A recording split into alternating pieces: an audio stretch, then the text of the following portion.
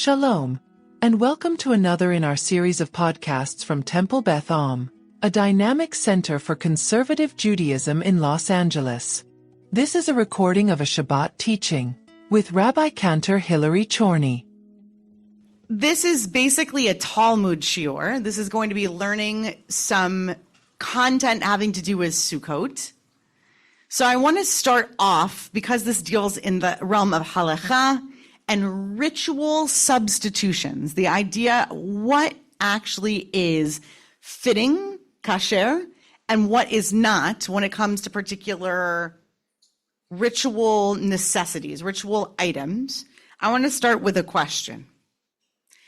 If I need to make Havdalah tonight and I don't have wine, what else can I use? And let's build a ladder of choices in response.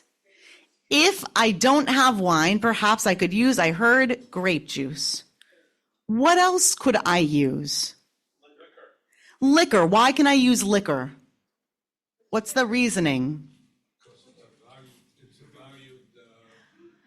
It is a mashke, it is a drink that is considered of value and of, let's call it a drink of celebration locally. So if you were somewhere where tequila could be that kind of drink, could that be the Havdalah drink? Could you have tequila?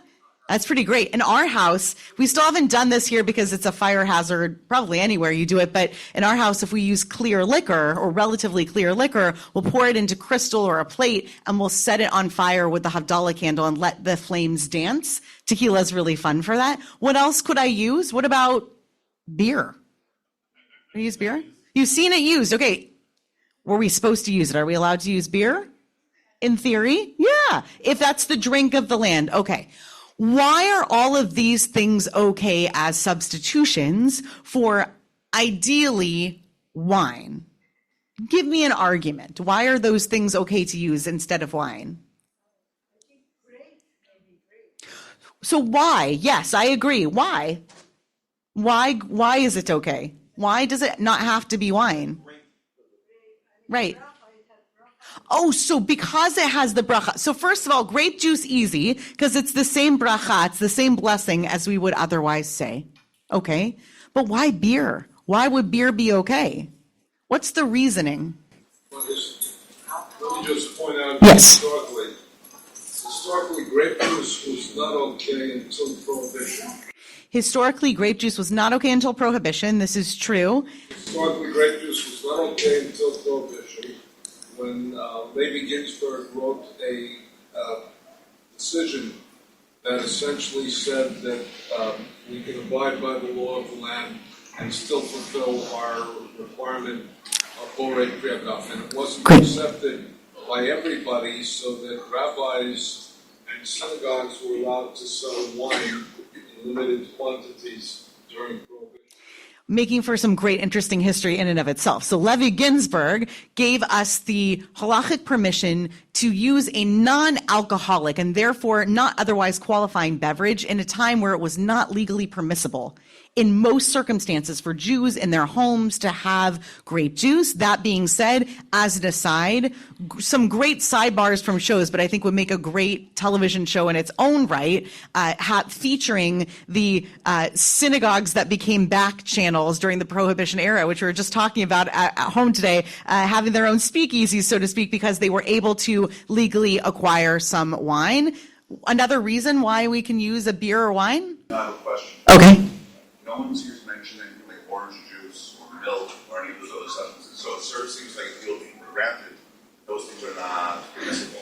Great. So I don't know for sure. So the question is, could you use orange juice? Could you use milk? What's the drink of celebration in a land? I'll share that I gave a story on the field. I think some of you were there this last summer. I shared a story about sacred substitution that I had just been sharing with Rabbi Dr. Vanessa Oakes, who wrote the book that's the precursor to the book that I'm currently working on.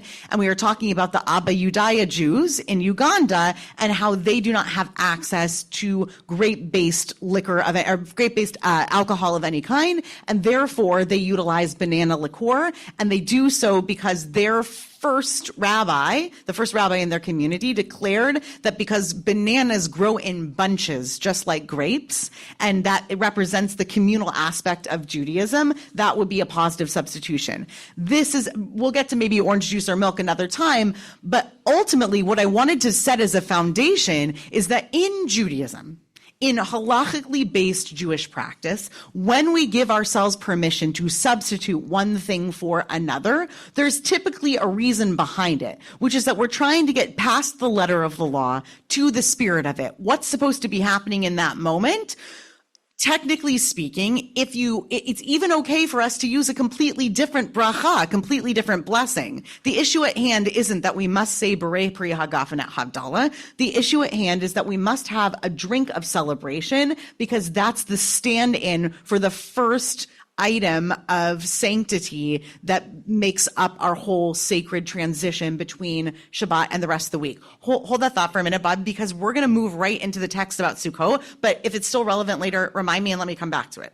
Okay, so moving into Vayikra Rabbah. Vayikra Rabbah is the only non-Talmudic text we're going to study tonight. Vayikra Rabbah is a very old collection of rabbinic commentaries, fan fiction, if you will, all about Vayikra, except that they digress most of the time. Not even some of the time, most of the time.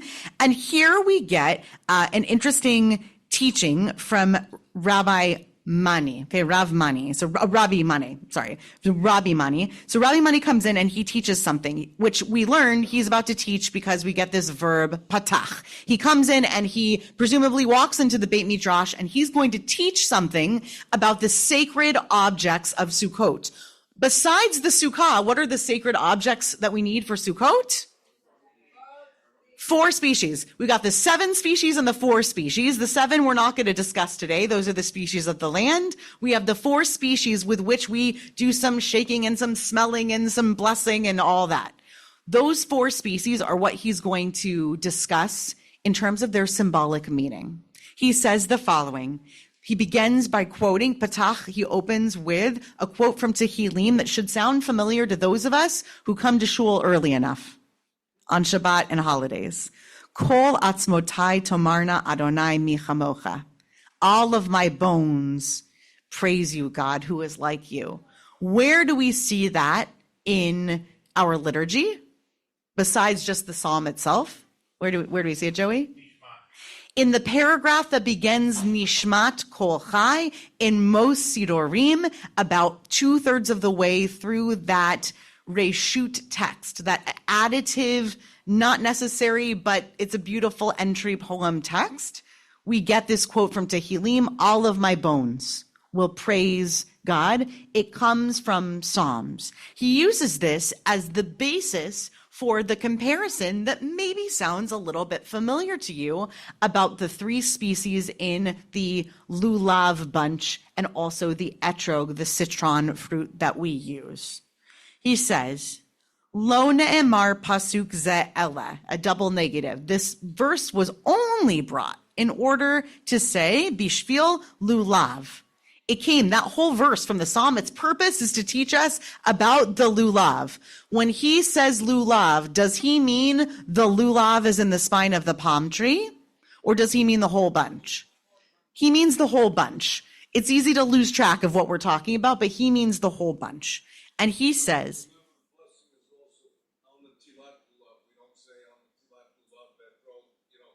correct. The blessing, just to echo, the blessing itself is all netilat lulav in order to deal with or to do a sacred lifting up of the lulav. We don't do the other species. The lulav itself is literally the core of what we're lifting up. We don't get into that on this daf of Sukkah, but there is a question about if you could only access one of the species, what would you access, and so on and so forth. He goes on to say the following. We're going to learn about the lulav from this verse, or the lulav rather will teach us to understand this verse. Hashidra shel lulav doma l'shidra shel adam. The spine of the lulav, as in the palm tree, is similar to the spine of Adam. Of Rabbi Kligfeld? No, of what? of the human being. The human being has an upright spine. Sorry, Kalev. The human being has an upright spine. So too does the lulav have an upright spine. Have you heard this comparison before, that the spine of the lulav is meant to represent the spine of our body? Okay, great. That's probably because this emanates from some very old text and has permeated our tradition. We're going to keep going. The hadas, v'hahadas domeh la'ayin. The hadas, which looks like, show me what the leaf of a hadas looks like. Can you show me with your hands? Can anyone demonstrate it? Okay, great. So for the sake of the podcast, we're all basically making the shape of eyes with our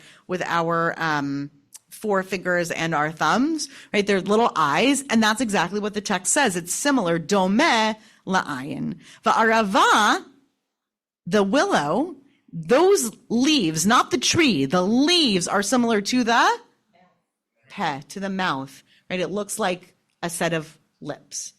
And ha'etrog, the citron, the big yellow, delicious smelling fruit, domeh la, it's similar to the lev. A reminder, I've said this many times in here, in the ancient imagination, what was the lev, the heart, the seat of? It was the seat of wisdom, not the seat of emotionality, okay? So it's the seat of wisdom. So we've got, starting from the spine, we have the lulav that's like the spine. We have the hadas that's like the eyes. We have the arava that's like the lips. We have the lev that's like the heart. The etcher that's like the heart. Amar David, who's David? David HaMelech. What's he doing in here? He's the psalmist. He's the one who wrote the psalm. So Ravi Mani is saying he's the one who wrote the psalm, and therefore he's saying, Ein bechol ha'evarim gadol me'elu, shehen shkulin keneged kol haguf. Heve kol atzmotai tomarna. In all of the different limbs and parts of the bodies, there is nothing more important than these four areas. Which four areas? The spine, the eyes, the lips, the heart, right? All of those areas. There's nothing more important to them because those are the essentials that basically make up the whole body. Thus, we have this verse, Kol Atzmotai Tomarna. This is the beginning of a conversation and an imagining about what exactly we need to use these symbols to remind us of, or what's the functionality of using these during the Chag. I think it's an even more interesting question. What's the purpose of having an etrog and the rest of these? Because it's completely different from what I asked about Havdalah. Do we consume any of these species? In theory, maybe after, but that's even questionable. Are we supposed to consume them? What do we do with them? How do we enjoy them?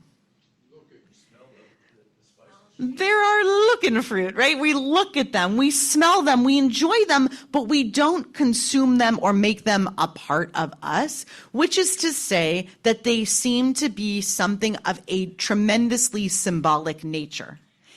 When I define ritual, when I talk about the definition of ritual in terms of design thinking, like the folks at Stanford who say what makes a ritual, part of what's important about a ritual is that it cannot just be functional. It must go beyond the functional, beyond the practical. Has to go beyond the practical. And even in the case that it doesn't always include practicality. In the case of Havdalah, we actually drink the grape juice, right? And the light, by the way, that we light. Why are we lighting a light at the end of Shabbat? So because we can do malacha again, that's the meaningful reason behind it. But the practical reason, presumably, is that the lights went out, right? It's dark outside. We lit something at the beginning. We don't even maybe necessarily in a pre-wax age with light. We need to light a candle again. So there are practical functions to the things of Havdalah, but we also have a purely symbolic nature. We can do malacha again. We light the candle because we can, right, Bobby? So we light the candle because we can. In the case of the lulav and the etrog, there's nothing functional. It's entirely ritual symbolism. It is entirely ritual symbolism, right? Even the palm that we're utilizing there is not the palm that's the same as the fronds that we use for our schach, for the shade, which is a practical function, right? Think to the schach. Is it practical?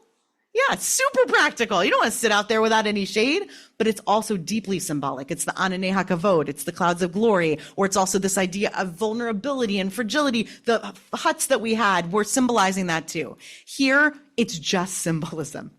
Now we're going to figure out what happens if we don't have those symbols, okay? That's what we're driving towards. It's going to take us a few paragraphs, but we're going to get there. Look at the bottom of the page. Now we're in Bavli. We're in the Talmud, the Babylonian Talmud. We're on in Sukkah. Tana, something was taught. This is a general narrative voice of the Talmud telling us, Yavesh Pasul, the dry one, it is not kosher. It is not fit for use. The dry what? Lulav in this case. Don't get confused. It's going to get very confusing because we're going to start talking lulav and etrog. The dry lulav is not permitted. But wait a second. Rabbi Yehuda, who's Rabbi Yehuda? The editor of the Mishnah, the voice of the precursor text on which this is foundationally built, says, machshir. Apparently, Rabbi Yehuda did permit the dried out lulav to be used. Amar Rava. Rava is a 3rd to 4th century Amora. His voice comes in and he says, well, there's a machloket belulav. There's actually an argument about the lulav having to do with what? Remember, what's our topic? Can you use a dried out lulav? Okay. Derabanan Savri, the general rabbinic majority voice is held. Makshinan lulav le'etrog. Ma'etrog ba'e hadar, af lulav ba'e hadar. So the general rabbinic voice, according to Rava, who says that there was this argument going on in the Mishnaic and Talmudic times, what's preserved is this idea that the lulav gets compared to the etrog when it comes to the decision about whether or not you can use it as dried out or not. And what they say is the point of the matter here is that it must be hadar. What's the it? In this case, both the lulav and the etrog. And hadar means what? It's got to be beautiful. It's got to be special. It's got to rise above. Just as the etrog, ba'e. What's ba'e? It's required to or it needs to, but you're going to see it used a few different ways in the succeeding texts. Ma etrog ba'e hadar, just as the etrog needs to be super beautiful, so does the lulav need to be super beautiful. Why is that relevant to the question of being dried out? Yeah. Who likes a really shaky, falling apart, brittle lulav? Although I'll tell you, I have much more problems with moldy lulavim than I have problems with dried out lulavim. Well, traditionally, you put the lulav over the Aron Kodesh after Sukkot. Right. And you use it for B'dikat Chametz and Pesach. Okay, so what Dr. Beerbaum is pointing out is something fascinating. A dried out lulav has functionally turned into a symbol of something else. It has turned into a symbol of the bridge between Yom Tov to Yom Tov. So when we see a dried out lulav, it actually symbolizes that it's lo machshir, lav machshir. It's not what we would use on the Chag of Sukkot. It's what we're getting ready to hold on to so we have a little bit left so we can use it as the broom for checking for chametz, for bedikat chametz. I think it drives home the point that it's not meant for that. Yeah, Bobby. I feel like even though that may be there's the symbolism there, there's also in terms of our tradition where the utility is that we're reusing and recycling. So instead of throwing it away, we're going to use it for something and make another mitzvah out of it. Great. We're reusing it, we're recycling, we're going to use it for something else. And Bobby, that ties into the notion that something that is a tool of mitzvah, we don't just tend to throw away, right? So that reuse is actually a part of the principle that we're keeping this object. It's been defined as a sacred object. It's not your ordinary dried out palm leaf. Once it's no longer a beautiful green lush palm leaf, it's not just dead to us. It's dead and functional potentially for a next Chag. But the rabbis generally said, just as the etrog has to be beautiful, you can't use this dried out lulav because it's not beautiful. Then we get Rabbi Yehuda's voice. This is the other side of the machloket, the other side of the argument. Remember, Rabbi Yehuda is the one that at the beginning of this paragraph said, it's okay, you can use a dried out lulav. Coming back to him, savar, la makshinan lulav la etrog. Lulav is not the same as etrog. We don't compare it, at least when it comes to this particular ruling. Therefore, even though an etrog has to be hadar, it has to be beautiful, what about a lulav? It doesn't have to be beautiful. This is why I was laying the groundwork of this idea of why is banana liqueur okay, but maybe orange juice isn't, etc., right? What is it that could be okay and what is it that couldn't be okay? Well, don't worry so much if it needs to be so beautiful. We're worried about the etrog not being beautiful, but we're not worried about the lulav not being beautiful. Aval be'etrog, he says, divrei hakol hadar be'enan. You absolutely have to have a beautiful, yellow, non-dried out, lush, gorgeous smelling etrog. Turn the page. Sukkah. Now we're on 31. Now we are on the next part of 31. We are on part 17 we're on daf 17. Uve etrog. The Gemara is going to come in with a narrative question. Uve etrog mi by Rabbi Yehuda hadar. What about Rabbi Yehuda when it comes to the etrog? It didn't say explicitly in the last piece whether or not Rabbi Yehuda said that the etrog has to be hadar. He just said, what can you not compare?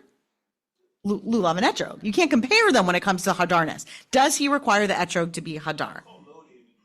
What's that? Well, kol modi. So he says a kol modi. So everybody agrees, but they want to explicitly dive into the matter. Does he permit it or does he not permit it? Talmud allows itself to read on kol modim as someone we haven't mentioned yet is also moda, but Correct. So the Talmud might be telling us that someone who we haven't mentioned. The statement itself from Rava seems to take a stand already. Correct. It seems like Rava is already taking a stand as the Amoraic voice in the mix, but it's possible that a kol modim is referring to a voice that's not yet on the page. Now the Talmud is asking explicitly, what about Rabbi Yehuda? Does he require the etrog to be an etrog, a thing of hadar, a thing of beauty?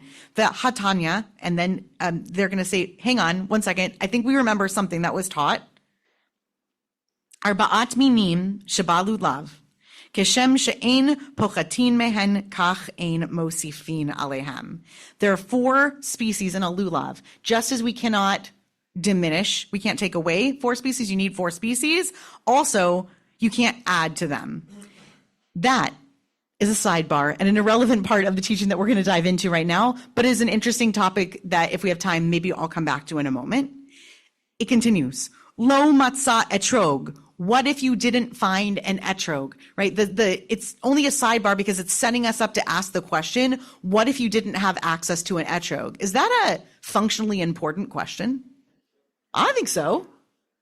What if you were just relying on etrog trees or a good watering season? What if you lived somewhere before the globalized world gave you access to just grabbing etrogim wherever you went? There are plenty of people here, I'm sure, who can remember growing up in Jewish communities where perhaps there was only one etrog for the community because that's the access that one had at the time. They're also very expensive. What if you can't get your hands on an etrog? What then? The Talmud asks, Lo yavi. Very harsh here and specific. Lo yavi, lo parish, lo rimon, lo davar acher. You're not supposed to bring a quince. You're not, anyone know what a quince looks like? I should have brought a picture. Yeah? A quince. You're not supposed to bring another fruit that we know for this season, but not for this. An etrog, not anything else. Just an etrog. We have left the land of whether or not it needs to be pretty. Now we're in the land of you can't substitute. An etrog is an etrog is an etrog, okay? And we're going to get into why the Talmud would bother telling us this, okay? Keeping on going. Now, I'm going to give you a little bit of a bracketed comment. I think that where the rabbi's mind goes next before the following comment is this. Not do I not have access to an etrog, but reading in the earlier conversation, what if I don't have an etrog that isn't dried up? To say that in double negative. Let me reverse it. What if the only etrog that I have access to is dried up, right? It's not that I can't get access to it. It's that I ordered my etrog 2 months ago and here it is, but it's already drying up. Well then, Kimushin, what's that? Well, that's such a great question. Can you use a really old one? The Talmud's going to tell us. I mean, we don't hold by the Talmud necessarily, but the Talmud's going to tell us what the narrative voice thinks here. Kimushin, kisherin. If it's a little dried up, it's fine. You can use it. Geveshin, basulin. If you've kept it in a box for a year and it's basically just a matter of, you can use it basically for spices at Havdalah at this point, right? Poke a few cloves in there and that's about it. It's just a little dried up brown thing. Nope. You can't. Rabbi Yehuda Omer, af yaveshin. Rabbi Yehuda's voice comes back in here and says, no, even if it's dried up, it's fine to use. What is going on with Rabbi Yehuda? What do you think? Meaning, what do you think the editors of the Talmud think is happening for Rabbi Yehuda? He says it's fine to use a dried up lulav. We don't compare lulav and etrog. Oh, if your etrog's dried up, that's also kosher to use. What's your theory, Bobby? He's trying to be super practical and saying maybe everybody doesn't have the same accessibility, and worst case scenario, would you rather do the mitzvah on the worst possible thing that you have versus nothing at all? Something is better than nothing. Great. Something's better than nothing. He's trying to be super practical. He's saying it's absolutely possible that you may have an etrog and that etrog may have dried up. Why should we make it so that you can't use the etrog that you went out of your way to get? Even if it's dried up, go ahead and use it. What else could be going on here? Because you can't substitute anything else. Okay, so a different hierarchy at play. You might have thought that if the etrog had totally dried up, and if a dried up etrog cannot be used, well then what I should use instead is something hadar. I have a big juicy pomegranate right here. Isn't that more hadar? Isn't that more beautiful than my dried up, stuck in a box etrog? Now we've exited the land of what's beautiful, and we've entered the land of what's permissible to use vis-a-vis species to species. Yeah. It's important to say that there's no biblical evidence that an etrog is required, right? So when the rabbis say Kriyat Siddur means an etrog, at the exclusion of everything else, it's, historically it predates the rabbis, but it's innovative compared to, the biblical text. So insisting on it is a non-obvious thing to insist on. Great. So what Stevie's pointing out is the insistence that it be this very specific citron fruit is in and of itself an innovation and an invention, right? So the rabbis, there's no biblical evidence to say the citron was the exact fruit that might have been required. In fact, it's unlikely to be the case that was exactly what they were picturing. And I taught a different shiur, which I'm happy to reteach again during Sukkot if I have a slot, about the history of the actual use of the citron, where it might have been, where we might have turned to using that. But I want to utilize what you said to make another point here, which is what the rabbis are driving at here is ritual consistency. On the one hand, every single one of us might be using a different mashke, a different drink in our homes for Havdalah tonight. You might use beer. I might use tequila. You might use grape juice, right? And we have all different reasons for doing that. Functionality. What do we have in the house? My kids want to drink some of the grape juice. I really like tequila, whatever the reasons are, right? Or on the flip side, we are a house where we practice sobriety and we don't use any alcohol. There are lots of reasons for one to make those choices, but ultimately it's inconsistent home to home. What the rabbis are demanding here is a consistency. And it's a very interesting insistence on that kind of consistency. Turn the page, please. Let's see if we can get through the last text here. Oh, right on time. Okay. Amar Mar, who is a 5th century Amora. So we're continuing down the chronological timeline. Lo matzah etrog. If it were the case that somebody could not get their hands on or didn't have, let's call it a fresh etrog. Lo yavi, lo rimon, velo parish, velo davar acher. What do we think of this? Is exactly the same as what we had before? Yeah. Okay. Interesting. We never know what's an editorial choice and an editorial mistake, but it's an exact echo of what we had before. But it continues. Pshita. What's pshita? Shouldn't this be obvious?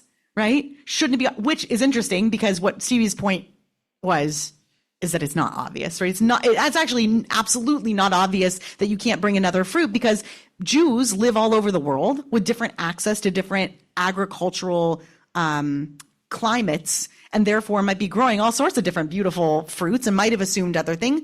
That being said, assuming that we had this consistency across the board, wouldn't you have understood that you weren't supposed to bring those other things? Mahu de tema. Okay, why do we need this? Laite, ki heichi shelo tishachach torat etrog. Because what if we let everybody bring whatever fruit they want, and you were to forget the Torat Etrog? What does that mean, Torat Etrog? The tradition, right? We're not talking about the Torah scroll. We're talking about the tradition of Etrog. What if you forgot the tradition of Etrog? Hold on to that thought. I'm going to keep going for a moment. Kamash malan zimnin denafek chorba mine de'ate lemisrach. What it's coming to teach us, and in this specific case, it's Rabbi Yehuda and his assistants that you could even use a dried up etrog and you could even use a dried up lulav. It's coming to teach us that damage is going to come from this practice, but it's not any kind of damage. What's the word they use? Chorba. Where do we know that word from? The destruction of the temples. The greatest fear that our Talmudic rabbinic voices have about the continuation of ritual practice in chutz la'aretz, in diaspora, is that we're going to specifically forget the customs that held us together when we were together. In fact, mandating that we continue to learn the practices that would only be required of us if a temple were standing, lest when, not if, the temple is rebuilt, we would have forgotten that Torah. We had forgotten those practices. We are holding tight to this idea. Did you have a question? I thought you were going to go somewhere else to work with Oh, sure, yeah. that we know that our tradition says that the temple was destroyed because of Sinat Chinam. You had all these different factions, different priorities, different ways of reading our Torah. And the rabbis may have a certain fear that after a certain number of generations, you'll have the pomegranate waving Jews and the mango waving Jews and the pineapple waving Jews, whatever you have. And when they come back together, they will fight over what is the fruit that we need. Great. And they will not be able to, there will be destruction there of the community. Right, so the problem is there was one Torah etrog. We had one tradition of doing this etrog thing, and you might wind up out there in the world with the mango waving Jews and the pineapple waving Jews, that's what Daniel said, and all these different fruit waving Jews all around the world, and what you're creating is factionalism, and factionalism is the flagship concept. It's the cornerstone of Sinat Chinam, of winding up with this baseless hatred. It's the thing that we saw, the factioning and the fractioning, right? We see I've never thought about the closeness of those words before. It's very confusing. But there are these factions of Jews out there who are going to hold in different ways. And I'm going to carry it even one step further. One of them is going to claim this is etrog, and the other is going to say that's not kosher etrog. And this leads to the very thing that was the problem in Beit Shammai, and the reason why Beit Shammai's opinions are not carried through, according to the Talmud itself, which is that they wouldn't live with, marry, accept, understand, embrace the traditions that didn't look like the ones that were happening in their own homes. We don't want to wind up in a world that's diversified. De'ate lemisrach, because they're going to go down that rabbit hole and they're going to be drawn to these other practices. Now, this is a very interesting shiur for someone to prepare who's writing a book on ritual innovation. Okay, I gave a lot of thought to this because part of the principles at play that I'm trying to sow out there, I call it a ritually positive approach, not just the book, but I'm out there doing scholar in residence all the time, speaking to people about the notions that every single one of us has the capacity to be a ritualist, to ritualize. The more that we know, the more knowledgeable we are, the more creative we can often get. But this is a very, very, very important potential pothole in that road, or a stumbling block along the way. The stumbling block is if the way that I go about, for example, something that we all agree, I think, is worthy of tremendous diversity. There is a point at which Passover seders or baby namings are so unrecognizable from one Jewish family or home or community to the other that we've forgotten that Torah, so to speak. We've completely lost the plot, and we've lost, to go back to the point about a shared plot, we've lost that shared plot too. So I'm adding this to my own arsenal and thinking about this in terms of ritual creativity as well. And there are a lot of great points that are made across the board that we can take into Sukkot, one of which is that practicality is at the core, right? That we do actually want to be able to perform the mitzvot of Sukkot, and there are rabbinic voices preserved that are yelling at us from the depths of the text, hey, just do it, right? Be worried about it being beautiful, but also make sure that whatever you're doing, do it, and make sure that you're lenient enough that you can actually achieve the goal of not saying, well, I just can't wave lulav or smell an etrog at all this year because it's dry, because whatever other excuse. That's one voice in the text. But the other voice in the text is the following. Sometimes the right choice is to try for ritual unity. Sometimes the right choice is to say that when I choose to make my etrog look like all the other etrogim, rather than going down the road of trying to be as creative as possible, what that does is bring me closer to the achdut and the unity of the Jewish people as well. And I'm going to take that with me into writing the rest of my book on ritual innovation. So thanks for going down this path with me. You've been listening to another in our series of podcasts from Temple Beth Am, a dynamic center for conservative Judaism in Los Angeles. If you enjoy these podcasts, we invite you to write a review on the Apple Podcast website or wherever you get your podcasts. For more information on Temple Beth Am, Los Angeles, please visit www.tbala.org.